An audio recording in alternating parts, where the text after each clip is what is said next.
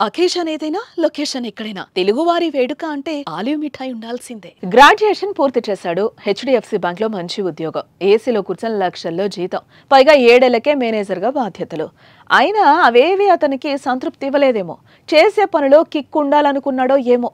Kick కోసం ఏకంగా పాల వ్యాపారమే ప్రారంభించాడు. అయితే సాదాసీదాగా పాల వ్యాపారం చేస్తే అతని గురించి ఇప్పుడు మనం ఎందుకు మాట్లాడుకుంటాం? మరి ఇంతకు ఆయన పాల వ్యాపారంలో ఏం సాధించాడు? సోషల్ మీడియాలో ఎందుకింత ఫేమస్ అయ్యాడో ఇప్పుడు చూద్దాం.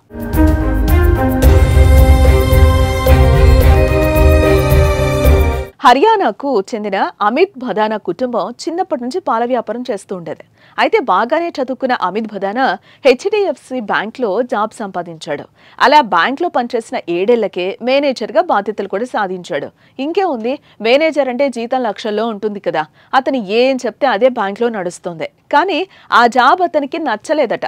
నిజం చెప్పాలంటే ఇష్టం లేదు. అందుకే బ్యాంక్ మేనేజర్ ఉద్యోగానికి రాజీనామా చేసి పాల వ్యాపారంలోకి అడుగుపెట్టాడు. ఇదిలా ఉంటే అమిత్కు చిన్నతనం నుంచి కార్లు, బైక్ అంటే పిచ్చి.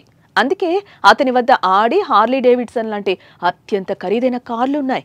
అయితే పాల వ్యాపారం చేస్తున్న అమిత్ రోజు పాలమ్మేందుకు ఆయన వద్ద ఉన్న ఆడి, హార్లీ డేవిడ్సన్ లాంటి విలువైన వాహనంలో ఇంటింటికి తిరుగుతూ పాలు పోస్తున్నాడు.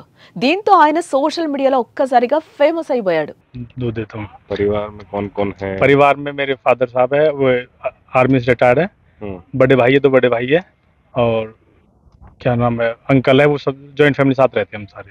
तो दूध का व्यवसाय कैसे, मतलब आपका पैतृक काम है या आपका पर्सनल काम है, कैसे? नहीं भाई, फैमिली बिजनेस है हमारा। फैमिली बिजनेस है। है। पहले आप क्या काम करते थे? मैं पहले मैंने ग्रेजुएशन करी, मैं बताऊंगा, ग्रेजुएशन करी मैंने डीएवी कॉलेज से।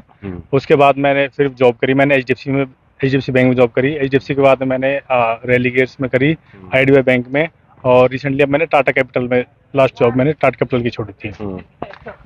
फिर उसके बाद मैं अपने काम में, मेरे को अच्छा मजा आता गया, फिर मैं अपने काम में, फिर मैंने जॉब वगैरह रिजाइन दे दी।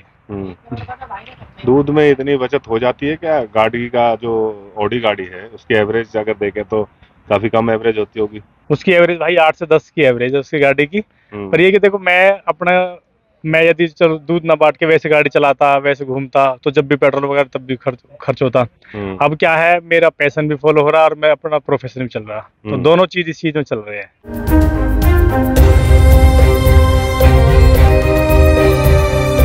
ఇదిలా ఉంటే ఖరీదైన వాహనాల్లో పాలు పోస్తూ ఫేమస్ అవ్వడంపై అమిత్ స్పందించాడు.